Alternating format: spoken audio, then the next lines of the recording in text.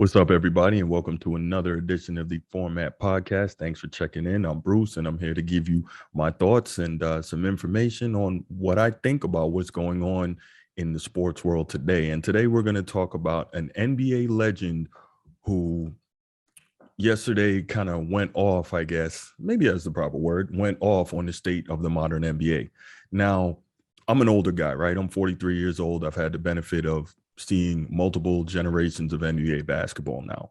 And it's very interesting to me because the modern NBA fan and the modern NBA media are constantly comparing today's players to the past. They're always talking about this player is the youngest to do this, or this player is the oldest to do that, or this player is the greatest this or the greatest that, and comparing how today's players fare against the players of the past. And I've always said it's so tough to compare today's players to yesterday's players. And it's not because the widely held opinion that today's players are better. I truly don't believe that. And we'll get to that a little bit later. But for me, it's tougher to make that comparison because the game is so much different. The rules are so much different. Everything is set up in the modern game to proliferate offense and scoring and big numbers and highlights. And so when I look at it and I go back to, say, the 90s, for instance, which was probably my favorite era of basketball, where you had more traditional big men who were dominant and you had elite wing play and you had elite and physical defense in the NBA. If a guy scored 40, you knew he did something really special, not so many players almost every night that are scoring 40 in the modern NBA. Now, that's not to say today's players can't play. It's just, again, a totally different game. And the rules have been set in place. And the players of today have been allowed to play in a way that allows them to stack up numbers. And in my opinion, kind of unfairly puts them in a position to be measured against their predecessors, right? So anyway, yesterday, Rick Barry, he was talking and he made some commentary that I'm sure a lot of modern fans and modern NBA media are not going to be happy with. Now, it's funny. Myself, I've been called an old head and a hater and this, that, and the third, and all that's cool. For me, it doesn't bother me at all because, again, I've had the benefit of watching multiple generations of NBA basketball. So I have a good vantage point and a good historical reference point, right? So when I say player A is not better than Larry Bird, I saw Larry Bird play with my own eyes. And then I saw the players that came after him and the players that came after them. And now today's generation, right? I've seen that. So I can make those comparisons. A lot of people today who say, oh, player A is better than Larry Bird, they never saw that. They don't know what Larry Bird did other than looking him up on Basketball Reference and checking out stats, which, as we all know, based on the modern NBA and modern sports in general, stats don't tell the whole story. Now, as we speak about modern sports in general, I find it so interesting that for whatever reason, the NBA seems to be the only sport and the only league that, despite the fact that it just had its 75th anniversary and celebrated all those players, for the most part, it seems that their whole goal is to tear down the players of the past in order to lift up the players of the present. And I'm not really sure why that is. You see it in all these different discussions. You see it when you argue with people about, who's better, player X from the 80s or player Y from today. And the whole premise is you have to break down that player from the past in order to lift up today. And in my estimation, it seems like if that's what you need to do, then you're already forfeiting your argument because you know that player Y from today simply isn't as good as player X. But that's a story for another day. So Rick Barry, this is so funny. In watching this video, he seems to echo many points that I myself have brought up in the past in terms of comparing yesterday's players to today. One of the points I thought was so interesting, he talks about how players from yesteryear could play today and they would be so much better. Now, when he says that, don't get excited, millennials. He's not saying necessarily that today's players are all better. Today's players have advantages yesterday's players didn't have. They have the advantages of the strength and conditioning coaches and modern science and medicine and cryogenesis and sleep chambers and dietitians and all of these things that science has discovered that have allowed players to maximize, as far as we know today, the capabilities of the human body and peak athletic performance, right? So Rick Barry, he says basically, if I played today, I would be so much better. Check it out. What are you comparing 20 years ago to today? I mean, it's a different game. I mean, just compare the guys today and what they're doing to the guys that are playing today. Don't compare them before. People say, oh, Rick, you guys couldn't play today. I said, you're out of your mind. I said, you must be on drugs. I said, you know how much better I would be if I was playing today? Seriously. I had no weightlifting. We had no strength coach, no agility coach. We had no dietitian. We did everything. We did nothing to help us. I'd be faster, stronger, quicker, more endurance, jump higher. I'd be so much better a basketball player today than I was back when I played because of the training and the sophistication of what goes on in every sport. So to make that statement is insane. Okay, all of us would be way better, way better. Plus the fact we know how to play. So those are legitimate points that Rick Barry makes there, right? And that's actually something I've said many times in many different discussions with different people.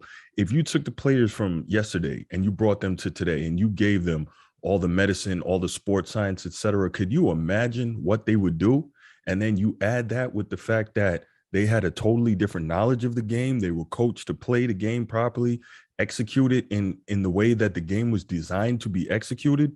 Think about how many games today devolve into just a three-point shooting contest. This is something else I've seen. I mentioned it when Reggie Miller, he said this, I heard him say it. When he came into the league, I believe teams were averaging, I think 4 games were averaging 8 3-point attempts per game. And that's both teams, right? That's inconceivable. And now you have most games averaging 70 attempts per game. Like you just see both teams just shooting away at the three. Now there's the analytics crew that's going to tell you 3 is better than 2. And it takes less threes if you make them than a comparable amount of 2s to win a game. So why not shoot the 3? But at the end of the day, what you're really getting is just a 3-point shooting contest. And so many teams aren't as good at executing actual offense and running actual plays. Now, for me, somebody who came up watching basketball in the era where the logic was that the closer shot to the basket, the higher percentage, right? So analytics tells you today that the back to the basket post up is the worst shot in basketball analytically, which to me makes no sense because you're so much closer, right?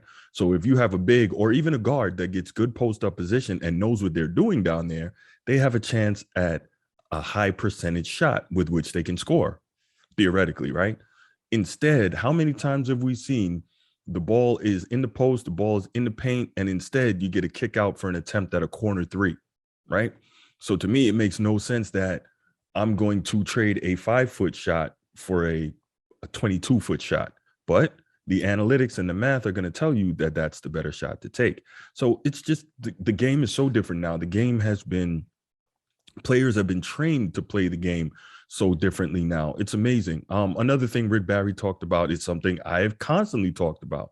He talks about the way players are constantly getting away with violations based on the rule book. All the game according to the rule book. It's such an advantage to let a guy carry the basketball or take an extra step.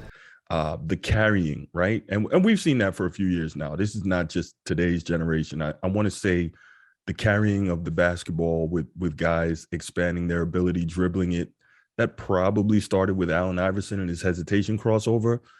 For instance, there's obviously the famous one where he crossed over Michael Jordan as a rookie. First of all, very well with this crossover. They do allow him to pick the ball up and carry it pretty high. Now, if you watch that, you know he carried it, but I guess at that point, it was such a fantastic highlight play. No referee is going to stop play to call that. But at the end of the day, we see it constantly. We talk about it, and we hear so many sports pundits talk about who's got the greatest handle in history. And we hear many of them say that's Kyrie Irving. And I'm like, how is that Kyrie Irving when the guy is constantly carrying the basketball? If you were to call this, as you should, then how could he have the best handle in history when it's all based on, not all of it, but so much of it is based on a violation of the rules? You look at a guy like Isaiah Thomas, you look at your Pistol Pete's, all those guys were doing tremendous things with the basketball. And I know a lot of you are saying, oh my God, old head, old school, but they weren't carrying the ball, right? So you can't say somebody's the best at something when what they're doing is based on a violation. You talk about the carries, then you talk about the traveling. One of the biggest things I see in the traveling is how the Euro step now, when properly done, it's only 2 steps. It's not a travel, but we see a lot of guys traveling now trying to do the Euro step. And also with the traveling is this quote unquote step back jumper that James Harden really popularized. Now, if you go back and look, one of the earlier guys to really implement that as a weapon was Paul Pierce. But if you go back and look at Paul Pierce doing the step back, it's really a super strong jab step and then 1 step back. Now, James Harden has gotten it to the point where he shuffles his feet and takes a couple of steps back. But if you go look it up on YouTube, is that a travel? You will hear actual NBA officials trying to explain why it's not. They mention the 0 step and the gather step. Now, remember earlier in this video, I talked about how the rules have been changed to proliferate offensive production, right? That's one of them. When I was growing up, there was no gather step, there was no 0 step, and we hooped all the time, right? I hooped with guys from all over the country. I've hooped all over the country. I've hooped in other parts of the world. Now, I'm no superstar, but I just say it to say none of these people, we never heard of gather step. We never heard of 0 step. So it's just amazing that so much production is getting based on guys really cheating the rule book, and the officials and the league are allowing it. So it's amazing. If you call the game the way it should be called, first of all, it would take a year or 2 for players to really acclimate to that, and it would really slow down the pace of the game because you would see a ton of stoppages in play. But eventually, you know, guys will realize, damn, this whistle is a lot tighter. I can't do this nonsense I've been doing. For instance, we saw when the rules changed about guys flopping on offense, trying to draw contact with unnatural shooting moves. We saw how it affected some players in the league, but eventually they started getting used to it and had to make the adjustments, right? So anyway, Rick Barry said a whole lot of good things in this video. I love the commentary that he made. And I know a lot of people are going to be like, he's an old head hater, but this guy's he's a top 75 player. He's a Hall of Famer. He's the original great Golden State Warrior. Notice I'm putting emphasis on Golden State because the original great Warrior obviously was the big dipper himself, Wilt Chamberlain, but the original great Golden State Warrior was Rick Barry. He led them to their first championship as Golden State. And he really got busy in those finals. I think he averaged like 36 a game. And look at that. He averaged 36 a game in the finals and won, but I'll leave that alone. You know that where that was going. Anyway, yeah, so Rick Barry, he said a lot of really good things in this video. I love the points that he made. And really, he's just saying, listen, I love the game. I'm a purist. Play the game the right way. I won't have a problem with it. And so I think the other thing is he gets kind of irritated when he says, you know, it's silly to compare 20 years ago or even before that. He played about 50 years ago to today's game. You can't, because again, so many things in terms of the rule book, so many things in terms of the style of play, the way players are coached, players themselves, the way they will or will not allow themselves to be coached. Many players are spending so much less time in college, so they're not learning the fundamentals properly. The AAU generation, the overall lack of competition, all these are things I've talked about, but it's really interesting. Anyway, what I would like from you is if you can, at this point, go ahead and let me know in the comments what you think about the comments Rick Barry made. Is he just an old head hater? Is he a get off my lawn guy? Is some of what he's saying true? You know, what do you think about it? All right. So thanks for joining me today. Appreciate it. Before I get out of here, you know what you got to do. Press that subscribe button in the lower right corner of your screen. Click on that if you haven't already.